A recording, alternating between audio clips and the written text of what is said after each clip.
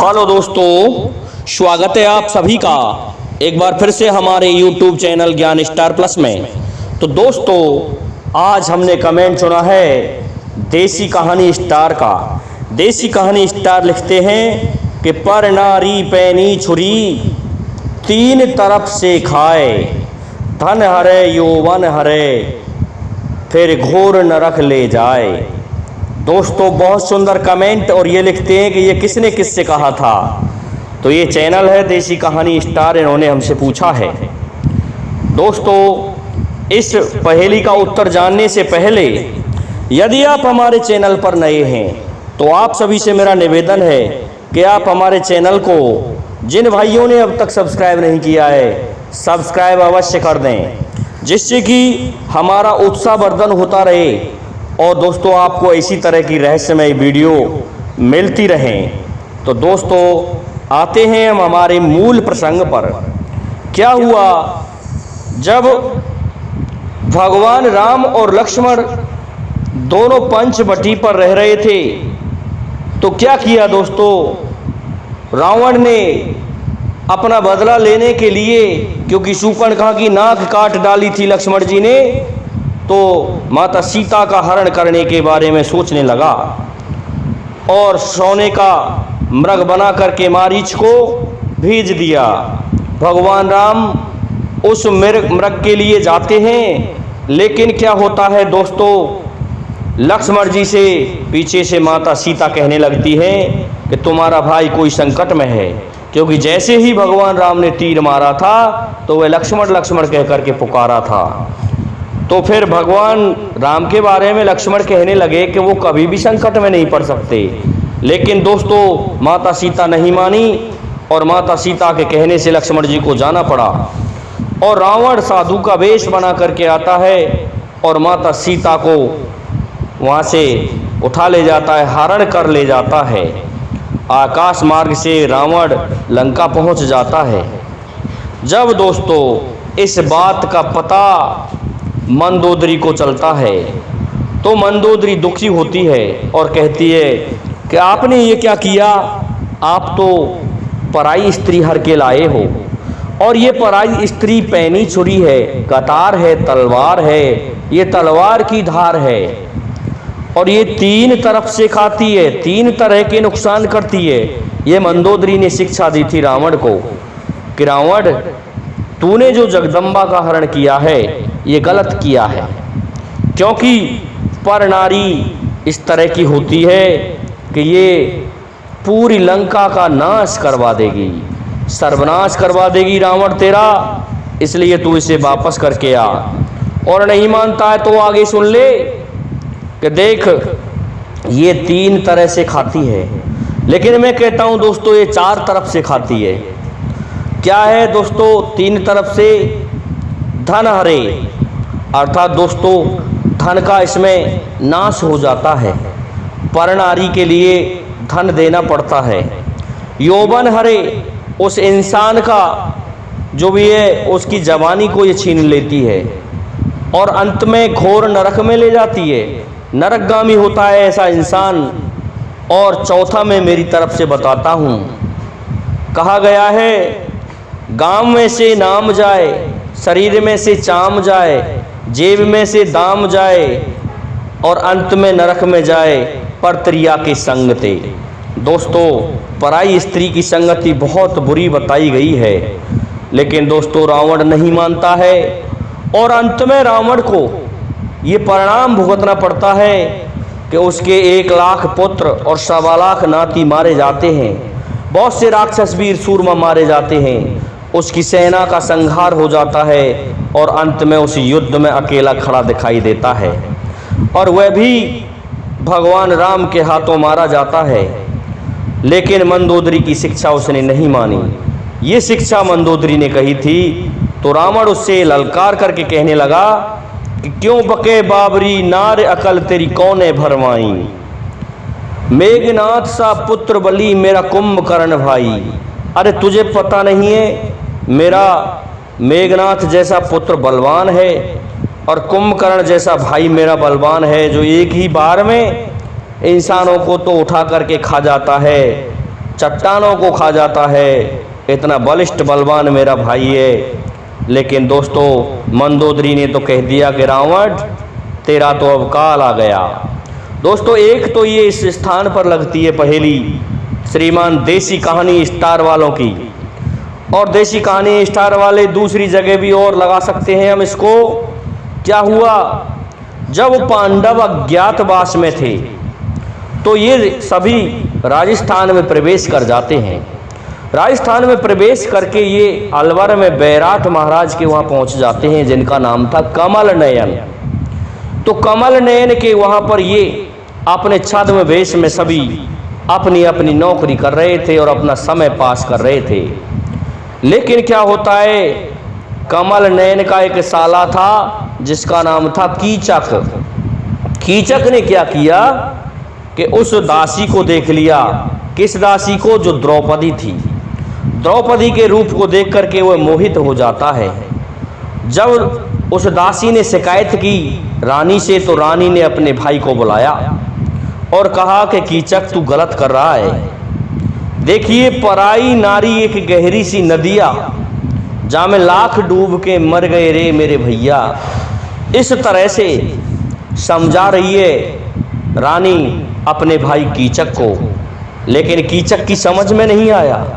कीचक को बहुत समझाया कि हे भाई ये हमारी दासी है, सुंदर है तो क्या हुआ, सुंदर तो कोई भी हो सकता है, लेकिन तू इस तरह से इससे चैट ना कर। तो दोस्तों जब कीचक ने ज़्यादा परेशान कर दिया तो द्रौपदी जाती है सबसे पहले युधिष्ठिर के पास में और युधिष्ठिर से कहती है कि इस तरह से कीचक मुझे परेशान कर रहा है। लेकिन दोस्तों कीचक के बारे में सुनकर के महाराज युधिष्ठिर कहते हैं कि द्रौपदी तू उस जगह मत जा, पानी लेने ही मत जाया कर, किसी को साथ ले जाया कर, क्योंकि वह वृक्ष जो हमें छाया देता है उसकी एक एक पत्ती एक एक डाल आदरणीय होती है। हमें शरण दे रखी है महाराज कमल नयन ने, इसलिए हम इसमें कुछ नहीं कर सकते। तो युधिष्ठिर के शांत हो जाने पर द्रौपदी जाती है अर्जुन के पास। लेकिन अर्जुन उस समय स्वयं बेहदला के रूप में था, नपुंसक था, इसलिए अर्जुन ने भी मना कर दिया। लेकिन फिर उसके पश्चात नकुल सहदेव के पास भी जाती है। नकुल सहदेव भी चुप हो जाते हैं कि बड़े भाइयों ने क्या कहा है। अंत में जाती है द्रौपदी अपने ज्येष्ठ पति भीमसेन के पास में, और भीमसेन तो भीमसेन ही था। भीमसेन द्रौपदी के दर्शन करके ही प्रसन्न हो जाता था। भीमसेन ने कहा कि अब के आ रही है मेरी प्यारी सी दुल्हनिया, क्योंकि बहुत दिन में मिलने आई थी वो। तो क्या होता है, भीमसेन से कहती है कि मेरी जेठ मत भर लेना, नहीं तो ये बात खुल जाएगी, परंतु तू मेरी एक बात सुन ले। कहने लगा भीमसेन क्या हो गया जो तू इस तरह से आंसू भर के कह रही है? कि हाँ मैं सत्य कह रही हूँ, मुझे इस राजा के साले ने परेशान कर रखा है और मुझे आज बुलाया है कि तू शाम के वक्त जब जल भरने आए तो मुझे इस कुएं पर आ जाना, मैं यही मिलूंगा। अब तो भीमसेन कहने लगा कि उस बेवकूफ़ की भुजाओं को अभी उखाड़ के फेंकता हूँ। लेकिन दोस्तों भीमसेन से कहा कि तसल्ली धारण करो, मैं उसे वहीं मरवा दूंगी, पर चलिए तरीका से। तो भीमसेन ने क्या किया दोस्तों, द्रौपदी से कहा कि तुम्हारे साड़ी ये मुझे दे दो, तुम्हारा पेटीकोट मुझे दे दो, तुम्हारे ब्लाउज को मुझे दे दो। और भीमसेन जनाना बन जाता है। दोस्तों इस जगह एक बहुत सुंदर गायक कलाकार ने गाना भी गाया है कि बन गयो भीम जनानो, मार लियो घूमट कानो। दोस्तों भीमसेन ने जनाना वेश रख लिया और काना घूमट मार लिया। अब क्या होता है, भीमसेन चल देता है पानी लेने के लिए, गागर को धर के लचक पचक जा रहे हैं भीमसेन। पहुंच जाते हैं क्योंकि अंधेरा जो होने को था, संध्या बंदन का समय था, और भीमसेन लचपचाते हुए छुम छुम करते हुए पायलों को बजाते हुए जा रहे हैं कुएं पर पानी लेने के लिए। और वहां पर कमल नयन का साला कीचक दुबका हुआ बैठा था, बाट देख रहा था कि कब आएगी वो मृगनयनी जिसकी मैं बात देख रहा हूं। तो दोस्तों अब वह पहुंच जाती है मृगनयनी भीमसेन भीमसेन को देख करके वो बाहर निकल आता है और झट से उसका हाथ पकड़ता है और कहता है आ गई। वो भीमसेन कहता है कि मैं आ गई, लेकिन घूमट में कुछ नहीं दिखाई दे रहा था। जैसे ही हाथ पकड़ा भीमसेन का तो भीमसेन ने उठा करके दोस्तों जोर से झटका मार दिया, जिससे कीचक काफी दूर जा करके गिरा। कहने लगा इसमें इतनी जान है भगवान, ये तो मोटी हो गई, ये तो अभी पतली थी। वो कहने लगा भीमसेन अरे कि तेरे प्यार की खुशी में मैं मोटी हो गई हूँ कीचक, इसलिए अब तू सुन ले, आज अब तू मैं और तू प्यार करेंगे, बड़ा घनिष्ठ प्यार करेंगे। लेकिन दोस्तों इस तरह की बात सुन करके फिर से क्या करता है, उसकी साड़ी खींच देता है कीचक। साड़ी खींचता है तो देखा कि उस साड़ी के अंदर तो एक बहुत बड़ा जवान यंग बहुत बलवान योद्धा छुपा हुआ है। तो कहने लगा अरे तू रूप बदलना भी जानती है, तू तो पुरुष बन गई। कि हाँ मैं पुरुष बन गई, लेकिन आज तेरा काल आ गया कीचक। तो कीचक कहता है तू है कौन। तो कीचक कहने लगा तो भीमसेन से कि भाई तू बता है कौन, तू तो द्रौपदी वो तो है नहीं जो दासी थी, क्या तू उसका पति है। भीमसेन कहने लगा ओ सुन ले रे छोरे, मुझे भीमसेन कहते हैं और मैंने तुझ जैसों को ही सुधारा है, तुझ जैसों का ही अंत किया है। मैं उसी का पति हूं जो दासी है, वो रानी द्रौपदी है और मैं भीमसेन हूं। भीम का नाम सुनते ही दोस्तों कीचक की नवज कोहनी पर आ गई। अब तो दोस्तों वहां पर घमासान युद्ध होता है। भीमसेन ने खट से पेटीकोट को फाड़ के दूर फेंक दिया और वह मल्ल युद्ध होता है कीचक में और भीमसेन में। तो भीमसेन उठाता है कीचक को और बार बार पटक देता है। इधर कीचक भी खूब अपने प्रहार कर रहा था, लेकिन भीमसेन से क्या जीत पाएगा। घमासान युद्ध हुआ दोस्तों उनमें 2 घंटे तक। घमासान युद्ध में भीमसेन ने उसको पटक के उसके पैर रख दिया छाती पर।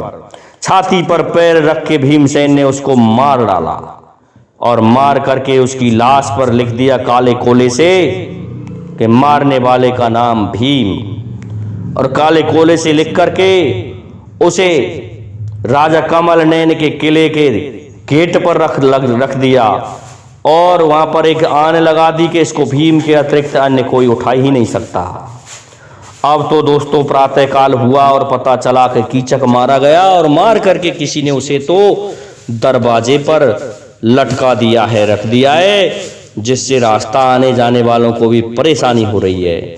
महाराज कमल नैन सोचते हैं कि ये क्या हुआ, तो उसको उठवाते हैं, लेकिन कीचक किसी से उठता ही नहीं है।